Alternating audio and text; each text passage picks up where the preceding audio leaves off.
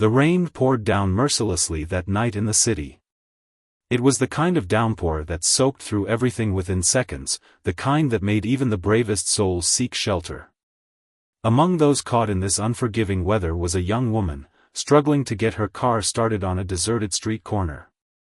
Her name was Lisa, a 28-year-old graphic designer who had stayed late at the office to finish a project due the next morning.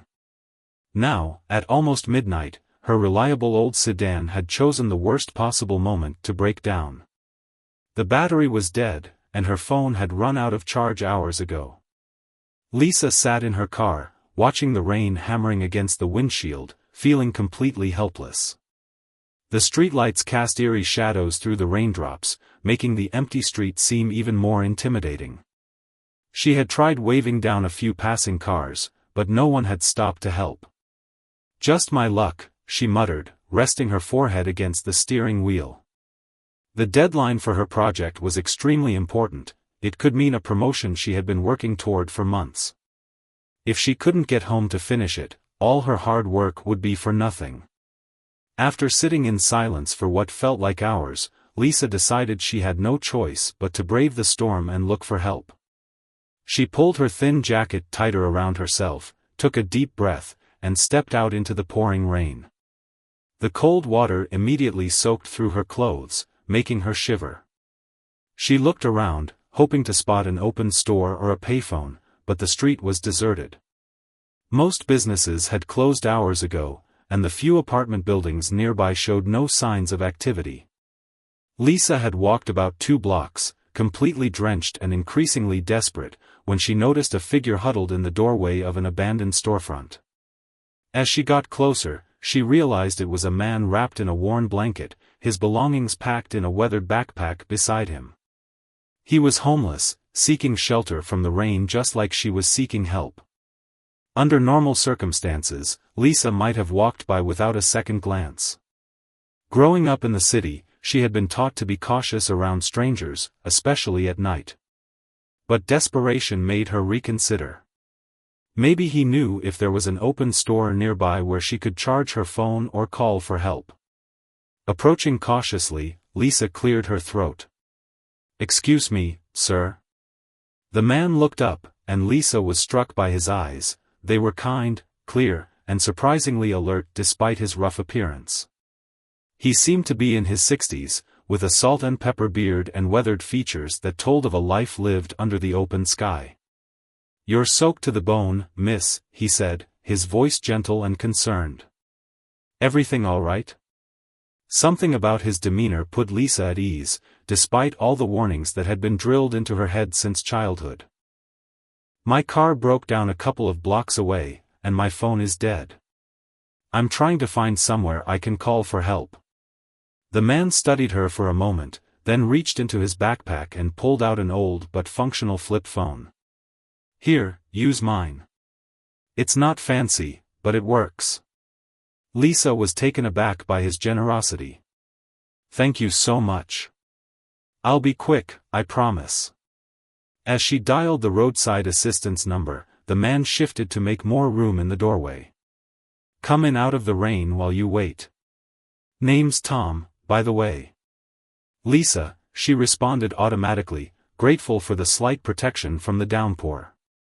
While she waited on hold with the roadside assistance company, Tom shared a bit of his story. He had been living on the streets for almost 3 years after a series of unfortunate events. He spoke without self-pity, simply stating facts as if discussing the weather.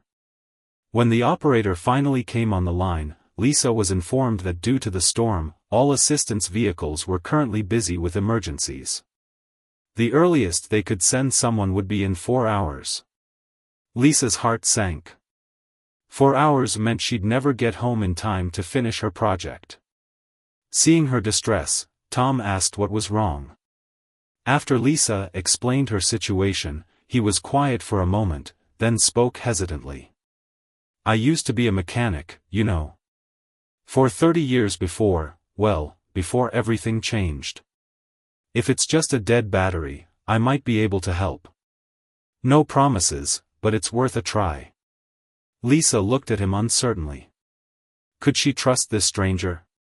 But what choice did she have? That would be incredibly kind of you, she finally said. Together, they walked back to her car, the rain still falling steadily around them. Tom examined the vehicle carefully, asking Lisa a few questions about what had happened when it stopped working. Definitely sounds like the battery, he confirmed. If we can find someone to jump it, you'll be on your way. He looked around the empty street thoughtfully, then seemed to make a decision. Wait here. I know someone nearby who might help. Before Lisa could respond, Tom had disappeared into the night, moving with surprising speed for someone his age.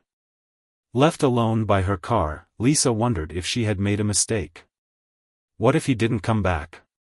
What if he was bringing back trouble?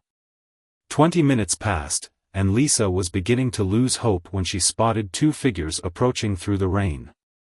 Tom was walking alongside a young man in a security guard uniform. This is Ray, Tom explained. He works night security at the building down the street. He's got jumper cables in his car. The security guard nodded politely. Tom's helped me out before. Least I could do was return the favor. Within minutes, Ray had positioned his car next to Lisa's and connected the jumper cables. After a few tries, Lisa's engine sputtered to life, filling her with relief. I can't thank you both enough, she said earnestly, her eyes lingering on Tom. How can I repay you? Tom shook his head, water dripping from his beard. No need for that. Just helping out a neighbor in need, that's all. As Ray returned to his post, Lisa insisted on giving Tom some money for his help, but he politely refused. Keep it, he said with a gentle smile. Just remember, not everyone on these streets is looking to cause trouble. Some of us are just trying to get by. With her car running again, Lisa could finally head home to finish her project. But as she drove away, glancing in her rearview mirror at Tom's figure returning to his doorway shelter, she couldn't shake the feeling that there was something familiar about him, something she couldn't quite place. Little did she know that this chance encounter in the rain would lead to a discovery that would change her life forever. The following morning, Lisa woke up with a sense of accomplishment. She had managed to finish her project just before dawn and submit it on time. As she sipped her coffee, memories of the previous night flooded back, the relentless rain, her broken-down car, and most of all, the kind homeless man who had helped her when no one else would. Tom's weathered face kept appearing in her mind. Those eyes, so clear and familiar, haunted her thoughts. Where had she seen them before? The question nagged at her as she got ready for work. Lisa's small apartment was filled with framed photographs, her parents at their 30th anniversary, her college graduation, family picnics from her childhood. She was passing by the hallway when a particular photo caught her eye. It was an old family portrait taken at her uncle's farm about 20 years ago. She stopped and examined it closely. In the back row stood her father, her two uncles, and her father's best friend, a man named Robert who had been like family to them. Robert, who had disappeared 10 years ago without a trace. Robert, whose kind eyes were exactly like Tom's. It can't be, Lisa whispered, bringing the photo closer. But the more she stared, the more certain she became. Despite the beard and the weathered appearance, Tom had an uncanny resemblance to her father's long-lost friend. Robert had been an engineer, successful and respected. He had attended all of Lisa's birthday parties when she was a child, always bringing the most thoughtful gifts. He had taught her to ride a bike and helped her with science projects. Then one day, he simply vanished.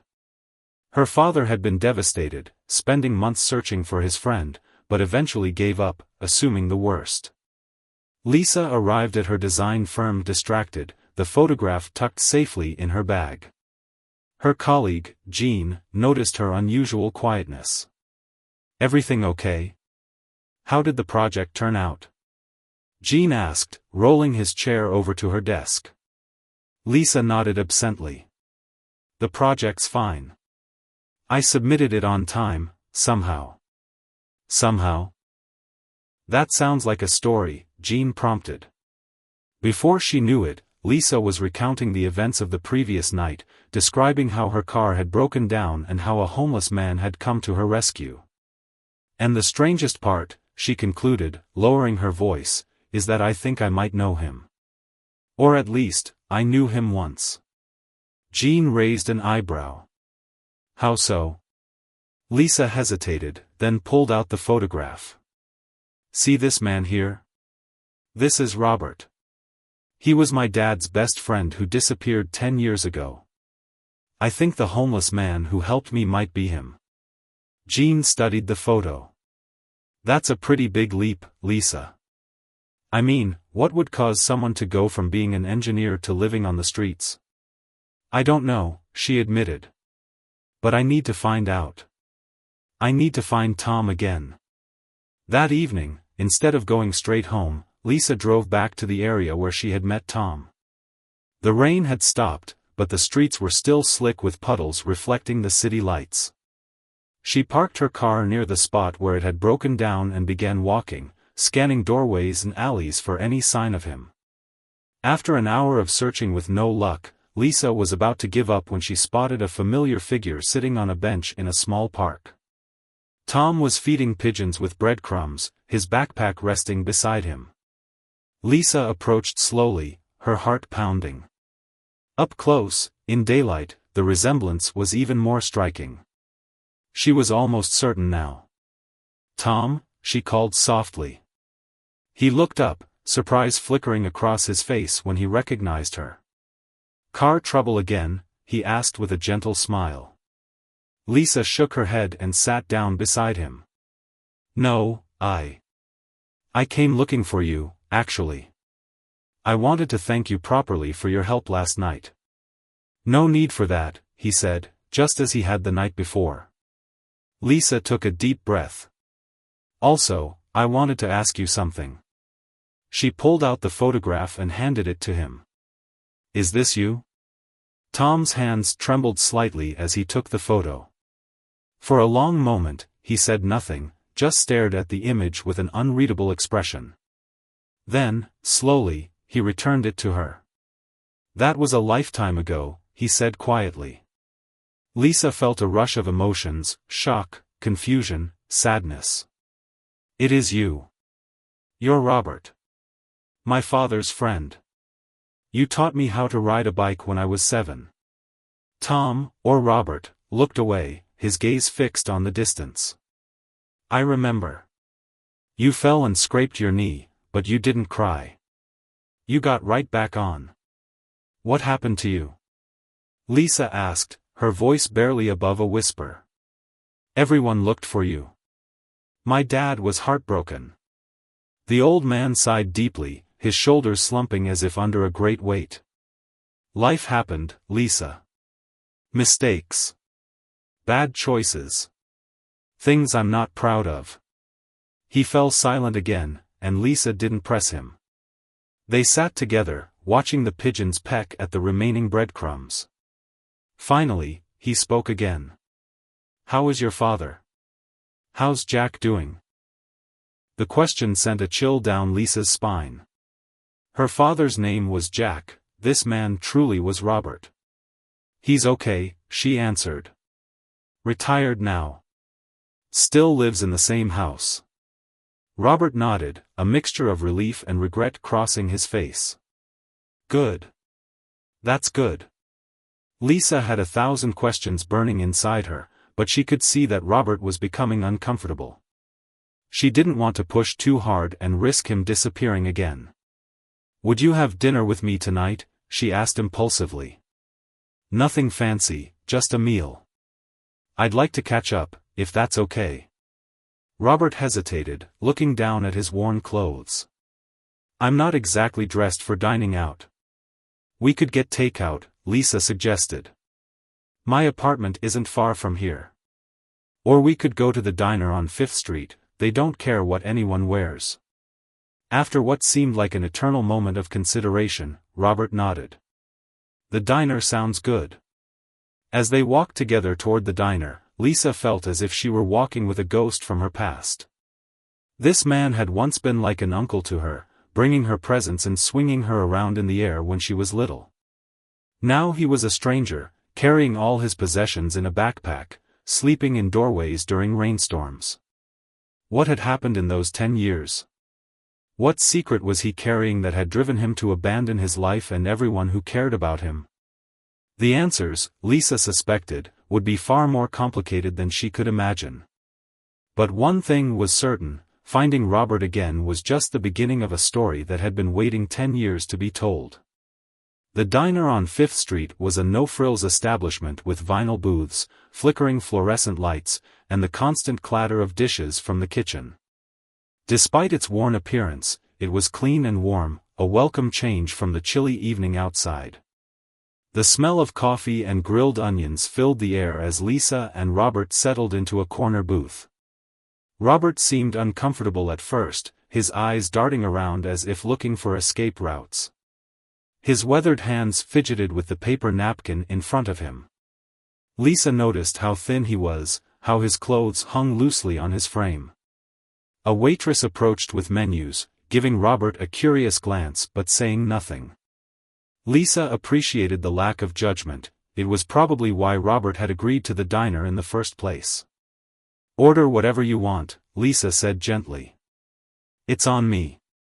Robert looked up from the menu, a flash of pride crossing his face. "I can pay for my own meal," he said, reaching into his pocket and pulling out a small wad of crumpled bills. "I'm not completely destitute." Lisa nodded, understanding his need for dignity. "Of course. I just meant, as a thank you for helping me last night." The tension eased, and Robert ordered a hot turkey sandwich with mashed potatoes and gravy, comfort food that Lisa remembered him enjoying at family gatherings years ago. She chose a grilled cheese sandwich and tomato soup, though she doubted she would have much appetite. Her mind was too full of questions. After the waitress left with their orders, an awkward silence fell between them. Lisa stared at the man across from her, trying to reconcile the successful engineer she remembered with the homeless person he had become. "Your father used to bring you here sometimes," Robert said suddenly, his eyes softening with the memory. "When you were about 12. He'd pick you up from dance class, and you'd stop here for milkshakes." Lisa was surprised. "You remember that?" Robert nodded. "I joined you a few times. You always got strawberry." "I still do," Lisa admitted, touched that he remembered such a small detail. Their food arrived, and Robert ate slowly, savoring each bite as if it might be his last good meal for a while. Lisa picked at her grilled cheese, gathering courage to ask the questions that burned inside her. "Robert," she finally began, using his real name deliberately. "What happened? You had a good job, a nice house. Everyone thought you were happy." He set down his fork and wiped his mouth with the napkin. For a moment, Lisa thought he might refuse to answer, but then he sighed deeply. "I made a mistake," he said, his voice low. "A terrible mistake that cost me everything." He paused, seeming to struggle with whether to continue. Lisa waited patiently. "I was working on a bridge design," he finally continued. "A major project that would have been the highlight of my career. The deadline was tight, and there were some calculations that didn't quite add up, but the pressure to deliver was enormous."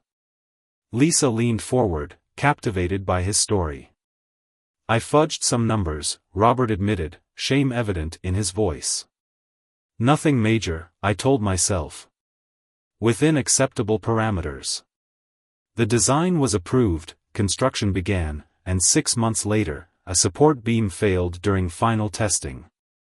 His eyes grew distant, reliving the memory. 2 workers were seriously injured. They survived, thank God, but their lives were forever changed. One lost the use of his legs. Lisa gasped softly. "I never heard about this.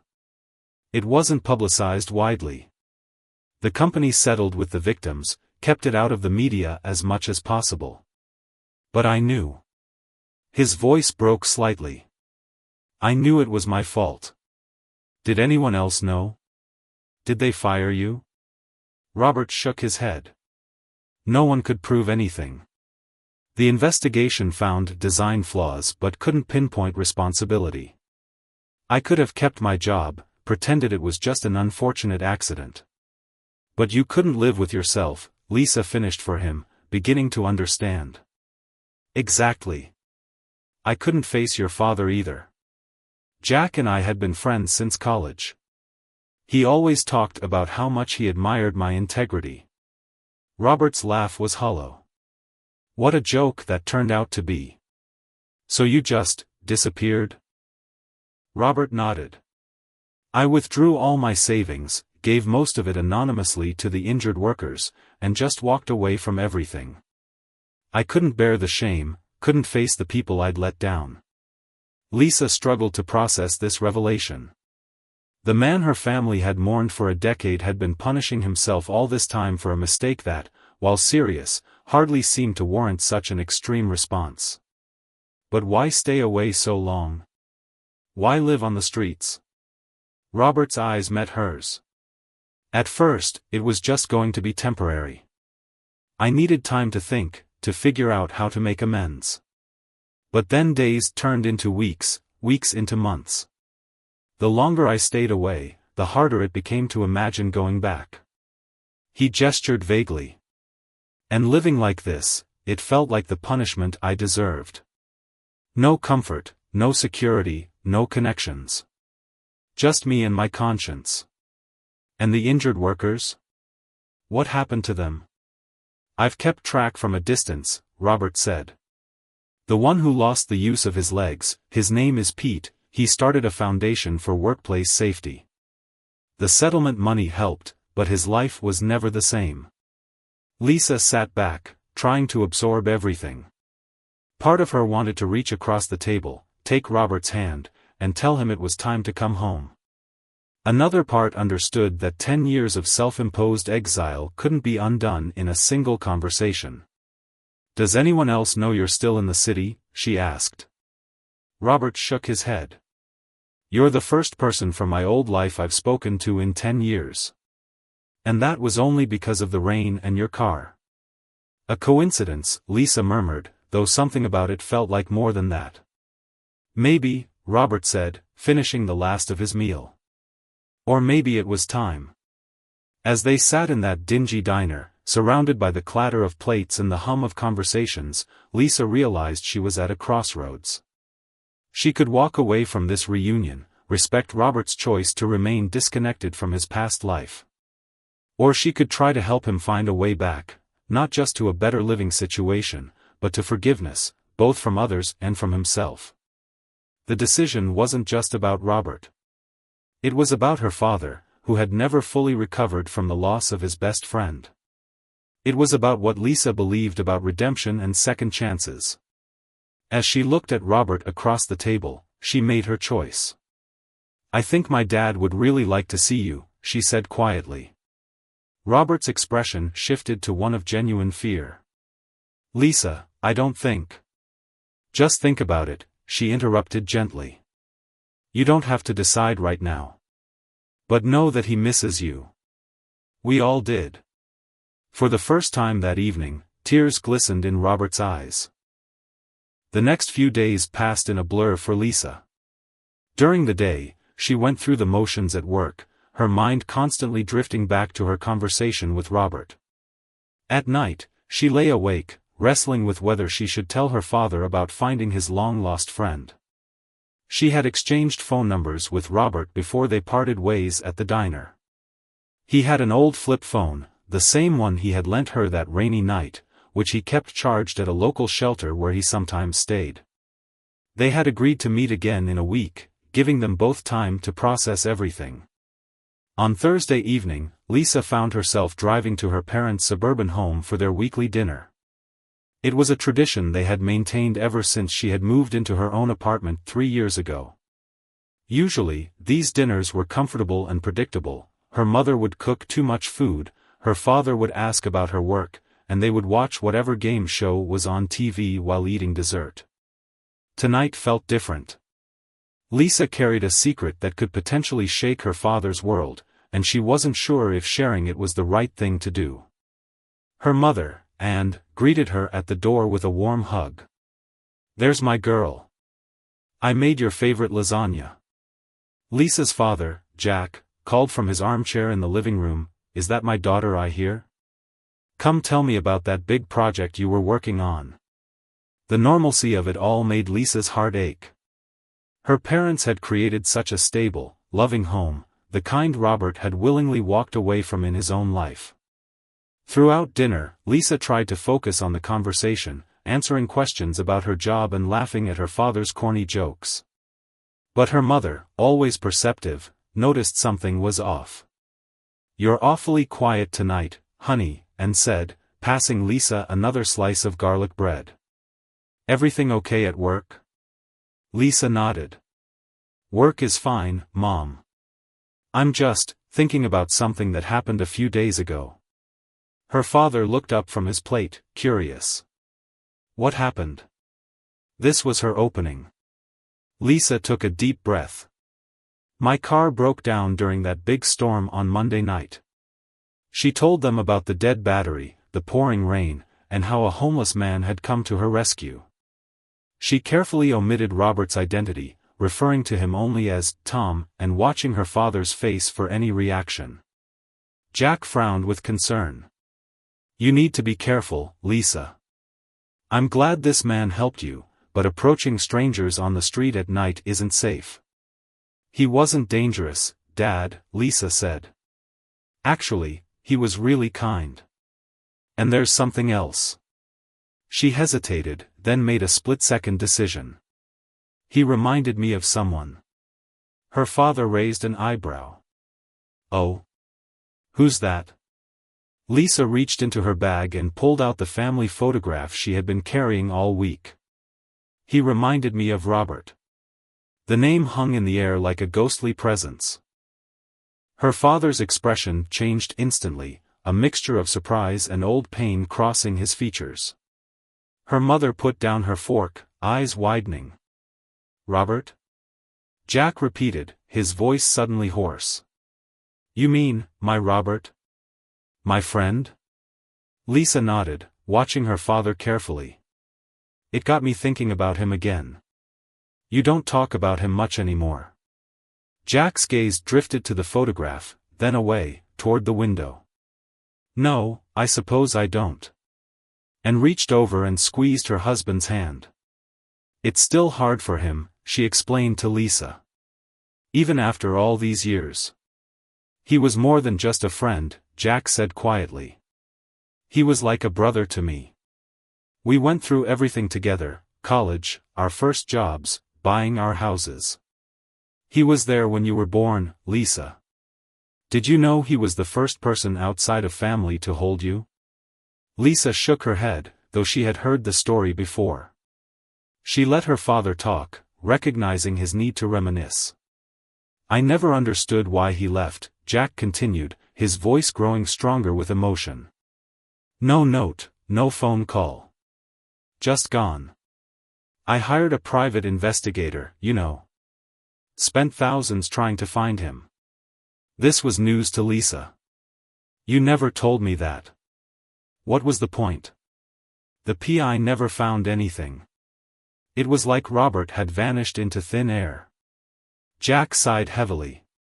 "Eventually, I had to accept that he either didn't want to be found or he was gone for good." Lisa felt a knot forming in her throat. The pain in her father's voice was still so raw, even after a decade. She had to make a decision, tell him the truth now, or wait until she had spoken to Robert again. "Dad," she said gently, "what if he had a reason for disappearing? Something he felt he couldn't tell anyone about?" Jack looked at her sharply. "What do you mean? Did you find something out?" Lisa backpedaled slightly. "No, nothing specific. I've just been thinking. Robert was always so responsible, so conscientious. Would he really just leave without a serious reason?" Her father was quiet for a long moment. "I've asked myself that question 1,000 times, he finally said. At first, I was just worried. Then I was hurt, then angry. These days, I mostly just hope he found whatever he was looking for. The sincerity in her father's voice made Lisa's decision for her. He deserved to know the truth. Dad, she said, reaching across the table to take his hand. The homeless man who helped me wasn't just someone who reminded me of Robert. It was Robert. The color drained from Jack's face. What? Are you sure? Lisa nodded. Positive. We talked.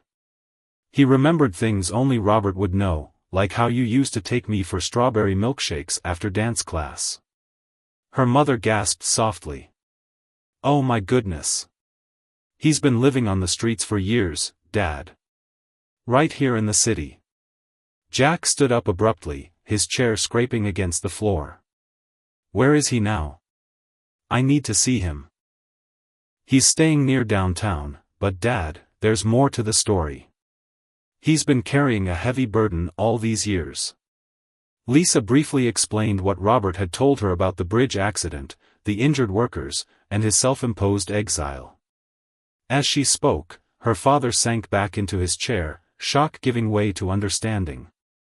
That sounds like Robert, he said softly when she had finished.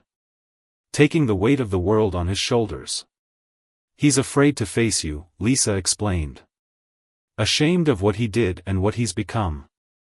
Jack shook his head, tears welling in his eyes. All this time, I thought I'd lost him forever. Anne, who had been quietly listening, finally spoke. You need to bring him home, Jack. Jack nodded, determination replacing the shock on his face. Yes. Yes, I do. He looked at Lisa. Can you take me to him? Lisa hesitated. I promised to meet him next week. I think if I just show up with you, he might panic and disappear again. He needs time. 10 years wasn't enough time? Jack asked, frustration edging his voice. Jack, Anne said gently. Lisa's right. We need to do this carefully. After a long moment, Jack nodded. Okay. We'll do it your way. But promise me something, Lisa. What's that, Dad? Tell him I never stopped looking. Tell him I never gave up on him. The agreed-upon week passed slowly for Lisa. She had texted Robert the day after dinner with her parents, asking if they could meet again.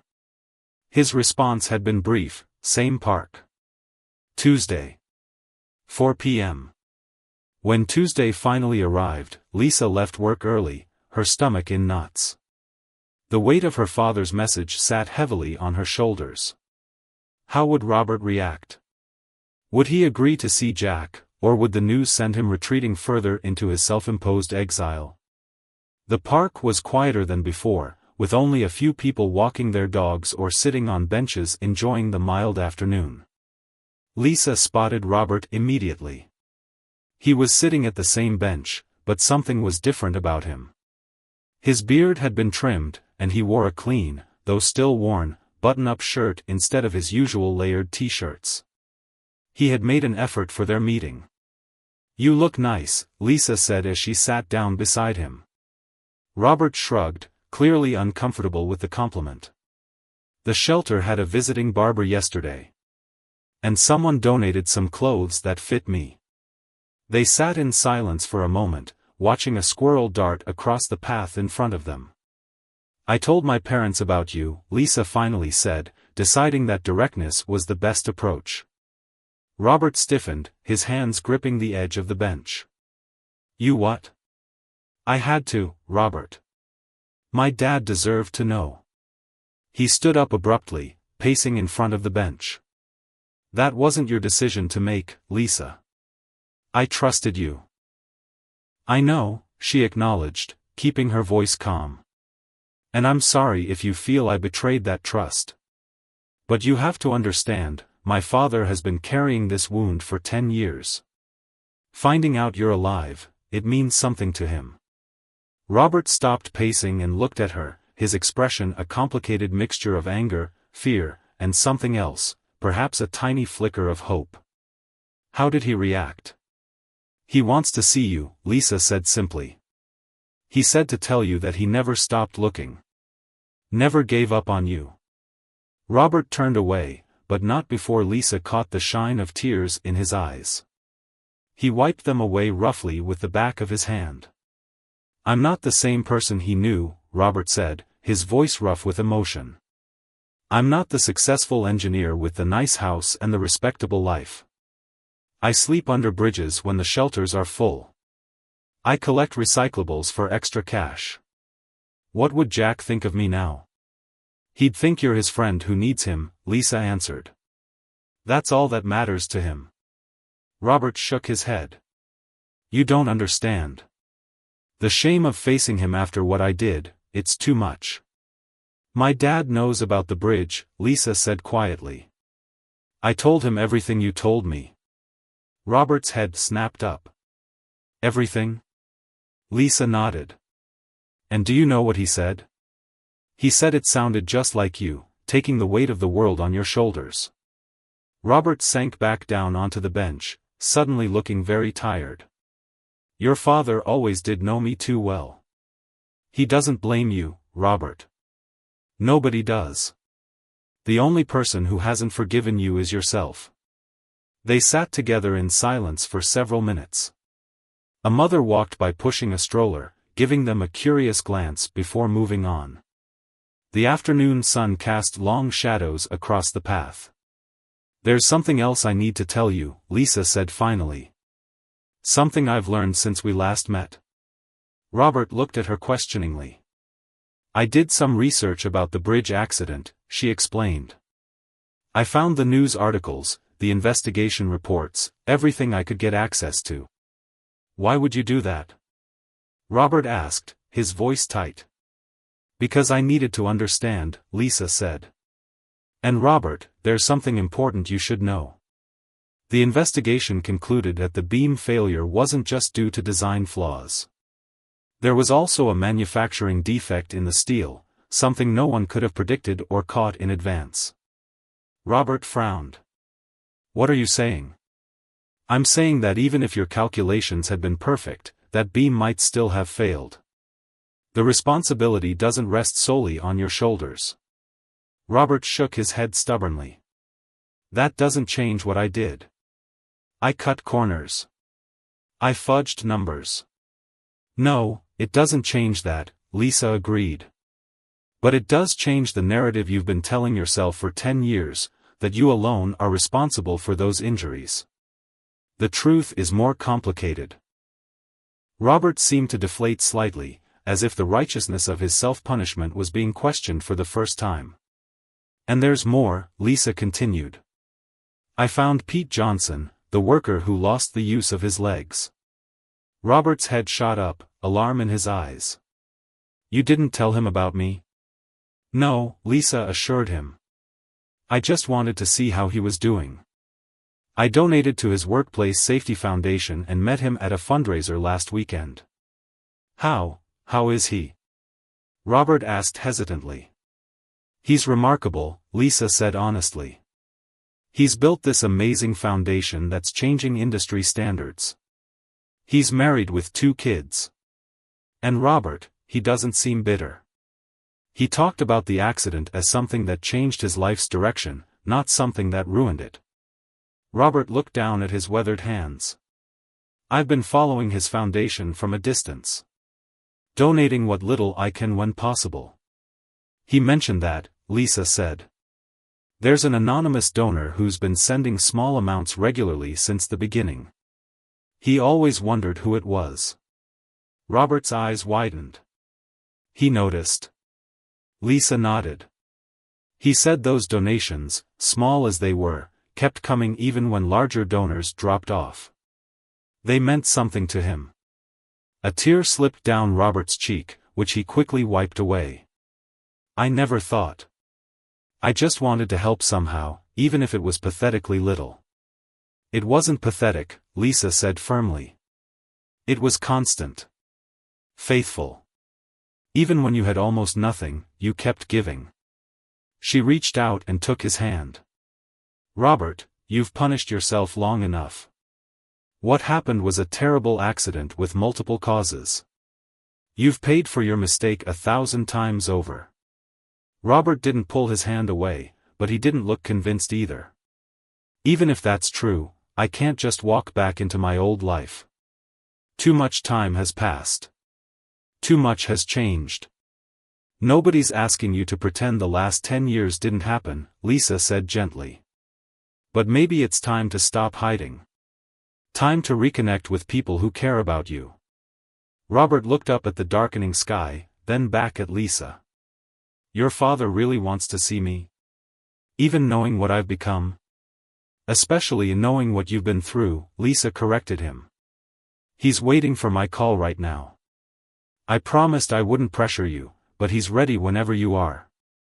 For what felt like an eternity, Robert was silent, his internal struggle playing out across his face. When he finally spoke, his voice was quiet but steady. Tell Jack, tell him I'll see him. But not yet. I need a few days to prepare myself. Lisa squeezed his hand, relief and joy flooding through her. He'll understand. He's waited 10 years, he can wait a few more days. As they sat together in the gathering dusk, Lisa felt a shift in the air between them, the first fragile bridge being built over the chasm of Robert's self-exile. 3 days later, Lisa found herself pacing nervously in her apartment. Robert had agreed to meet Jack at her place, feeling that neutral territory would be easier than Jack's home, which held too many memories. Lisa had spent the morning cleaning frantically, though she knew neither man would notice or care about dust on the bookshelves. When her doorbell rang at exactly noon, Lisa's heart leapt into her throat. She opened the door to find her father standing there, looking more nervous than she'd seen him in years. He was wearing a button-down shirt and had even put on a tie, which he now tugged at uncomfortably. Is he here yet? Jack asked, stepping inside and glancing around the apartment. Lisa shook her head. Not yet. He said noon, though, so he should be here soon. Jack nodded, then sat down on the edge of the couch, his hands clasped tightly in his lap. What should I say to him, Lisa? After all this time, what are the right words? Lisa sat beside her father, placing a hand on his shoulder. Just be honest, Dad. Tell him what you told me, that you never gave up on him. The minutes ticked by slowly. At 12:15, Jack began to fidget. By 12:30, his expression had shifted from nervous to worried. Maybe he changed his mind, Jack said, trying to keep the disappointment from his voice. Lisa was beginning to wonder the same thing when her phone buzzed with a text message. She grabbed it quickly. It's from Robert, she said, reading the message. I'm downstairs. Can't seem to make myself come up. Sorry. Jack stood immediately. I'll go down to him. Lisa hesitated. Maybe I should go first, make sure he's okay. No, Jack said firmly. I've waited 10 years for this moment. I'm not waiting another minute. Before Lisa could respond, Jack was out the door. She hurried to the window that overlooked the street entrance to her building. A few moments later, she saw her father emerge from the building, looking around until he spotted a figure standing in the shadow of a nearby tree. Even from 4 floors up, Lisa could see the moment of recognition between the two men. Jack stopped in his tracks, staring at his long-lost friend. Robert stood frozen, like a deer caught in headlights, looking as if he might bolt at any second. Then Jack did something Lisa hadn't expected. Instead of approaching Robert cautiously or calling out to him, he simply opened his arms wide. A universal gesture, I'm here. I'm waiting. It's your choice. For what felt like an eternity, Robert didn't move. Then, slowly, he stepped out from the shadow of the tree. One step. Another. Each movement seemed to require enormous effort, as if he were wading through invisible quicksand. When only a few feet separated them, Robert stopped again. Lisa couldn't hear what was said, but she saw Robert's lips move. Her father's response was immediate. He closed the distance between them and embraced his friend. Robert stood stiffly at first, arms hanging at his sides, but then gradually, he raised his arms and returned the embrace. Lisa felt tears stinging her eyes as she watched the two men holding on to each other like survivors of a shipwreck. In many ways, that's exactly what they were. After a long moment, Jack stepped back, keeping one hand on Robert's shoulder as he said something else. Robert nodded, and together they walked back toward the building entrance. Lisa quickly wiped her eyes and moved away from the window, not wanting them to know she had been watching. When they entered her apartment a few minutes later, the tension in the air was palpable but different, no longer the anxiety of anticipation, but the awkwardness of a reunion decades overdue. "I made coffee," Lisa said, gesturing toward the kitchen. "And there are sandwiches if anyone's hungry." Neither man seemed interested in food or drink. They sat across from each other in Lisa's small living room, studying one another, taking in the changes that 10 years had wrought. "You're thinner," Jack finally said. Robert gave a small, self-conscious smile. "And you're grayer." "Anne's cooking will fix you up in no time," Jack said, then immediately looked uncertain, as if he'd presumed too much. Robert looked down at his hands. "Jack, I don't know if I can just step back into your lives like this." "Why not?" Jack asked, the pain evident in his voice. "Because I'm not the same person. Because I let you down. Because—" "Stop," Jack interrupted. "Just stop. Do you think I'm the same person I was 10 years ago? Do you think any of us are?" Robert looked up, surprised by Jack's forceful tone. "Life changes us, Rob. That's what it's supposed to do. But some things don't change." Jack leaned forward, his eyes intense. "Like the fact that you're my best friend. Like the fact that your absence left a hole in my life that nothing else could fill." Robert's eyes glistened with unshed tears. "I'm sorry," he whispered. "I thought I was doing the right thing by disappearing. I thought everyone would be better off without me." "Better off?" Jack's voice cracked slightly. "Do you have any idea what it was like, not knowing if you were alive or dead? Imagining the worst possible scenarios? Blaming myself for not seeing that something was wrong?" Robert looked shocked. "Blaming yourself? Jack, none of this was your fault. And the bridge wasn't entirely your fault either," Jack countered. "Lisa told me what she found out about the manufacturing defect." Robert shook his head stubbornly. "That doesn't excuse what I did." "No, it doesn't," Jack agreed. "You made a mistake. A serious one. But Rob, the punishment is supposed to fit the crime. Do you really think 10 years of homelessness is a proportionate response to a professional error that you weren't solely responsible for?" When Robert didn't answer, Jack continued more gently.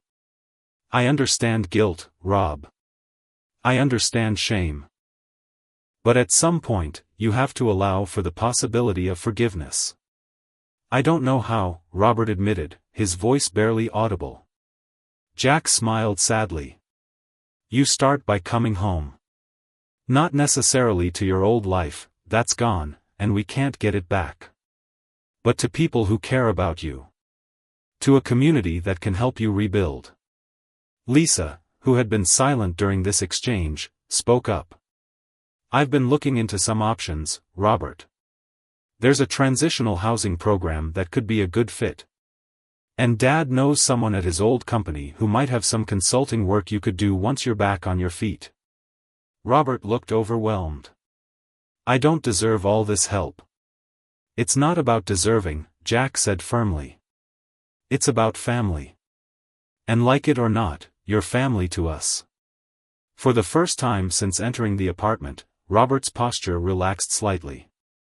"I've missed you, Jack. Every day for 10 years, I've missed you." "Then stop missing me," Jack said simply. "I'm right here." Lisa quietly excused herself to the kitchen, giving the two men space to continue their conversation. As she prepared a tray with coffee and sandwiches, she heard something she hadn't heard in a very long time: Robert's laugh. It was rusty from disuse, but unmistakable. When she returned to the living room, the atmosphere had changed entirely. The two men were reminiscing about an old fishing trip gone wrong, the kind of shared memory that forms the foundation of lasting friendships.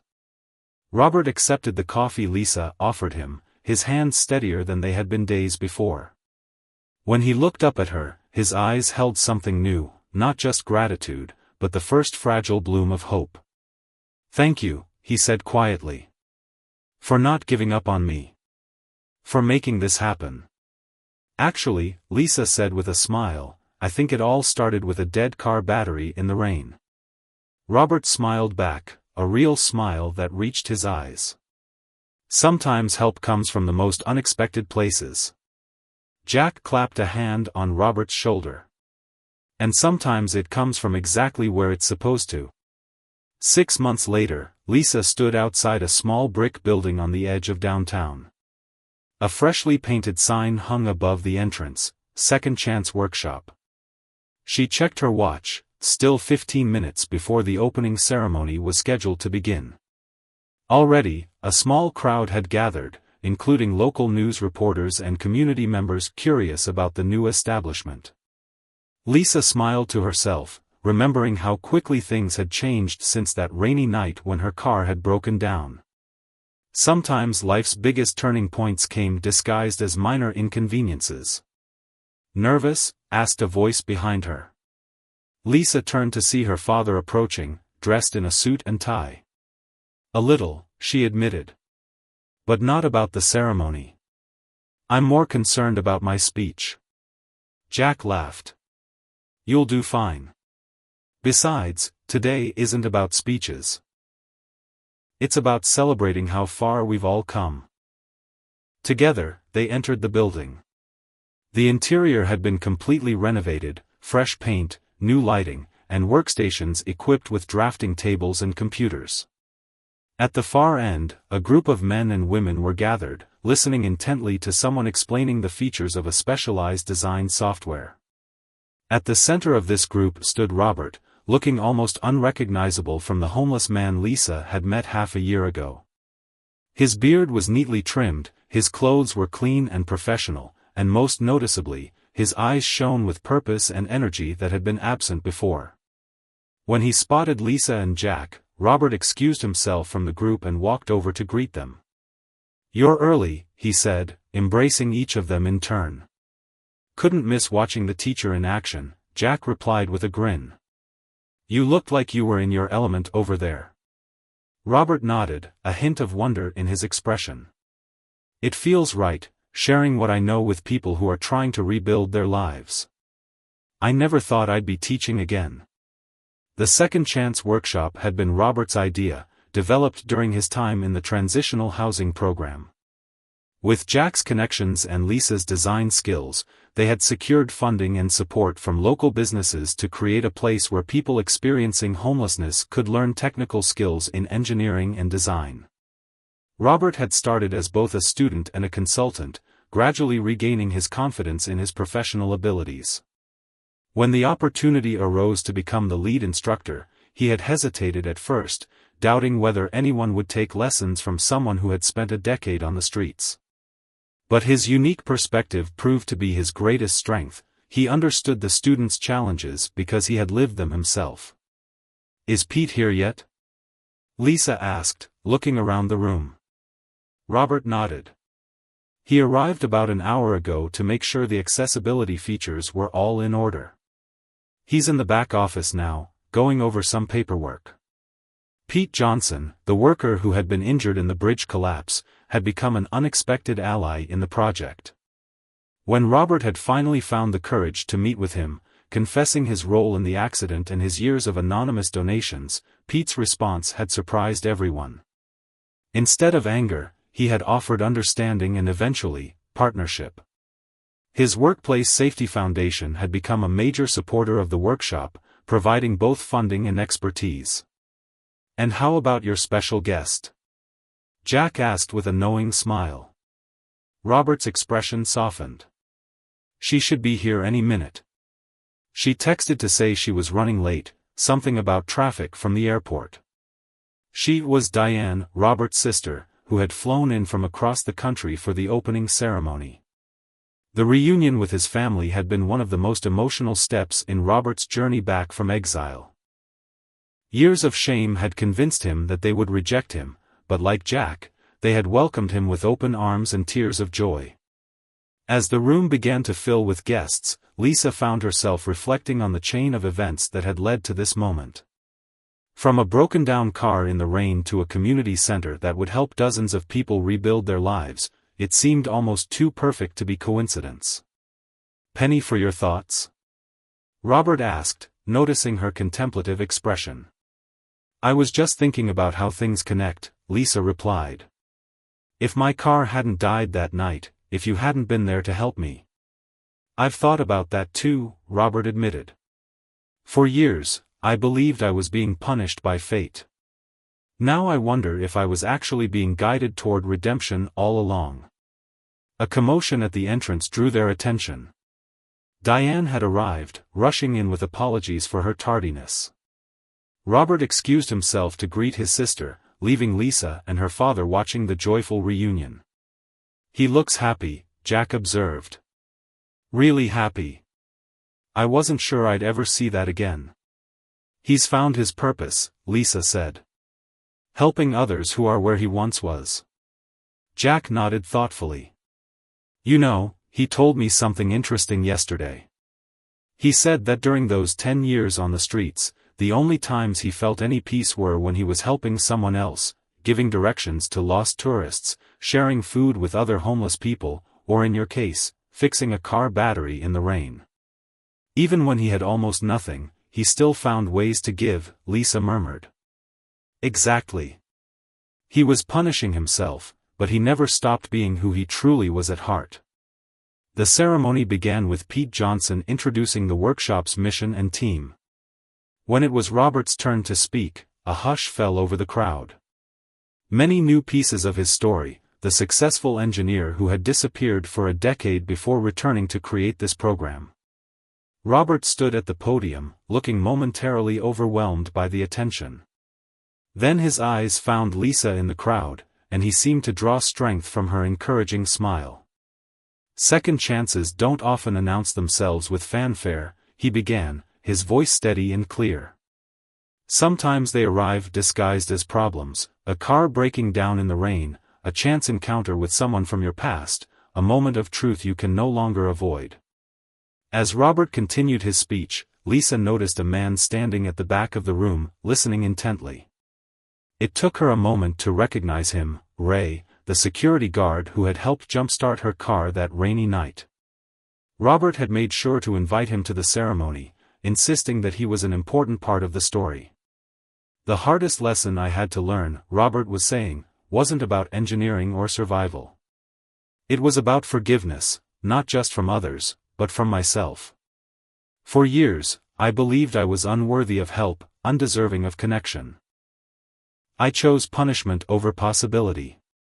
He paused, looking around at the faces watching him, his sister, Jack and Anne, Lisa, Pete in his wheelchair, and the students who would be the workshop's first participants. "But what I've come to understand is that none of us can move forward alone. We need each other, to offer help when we can, and to accept it when we must.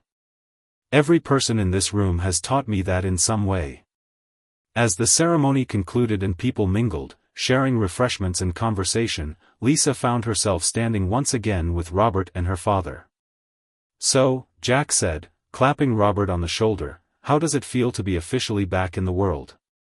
Robert considered the question seriously. "Terrifying," he finally answered with a small smile. "Wonderful. Overwhelming. Like coming home after a very long journey." "Well," Lisa said, raising her paper cup in a toast, "here's to new beginnings and second chances." "And to breakdowns in the rain," Robert added with a twinkle in his eye, "which sometimes turn out to be exactly what we need." Outside, the afternoon sun broke through the clouds, casting warm light through the windows of the workshop, illuminating not just a new building, but the rebuilt bridges between lives once thought irreparably broken.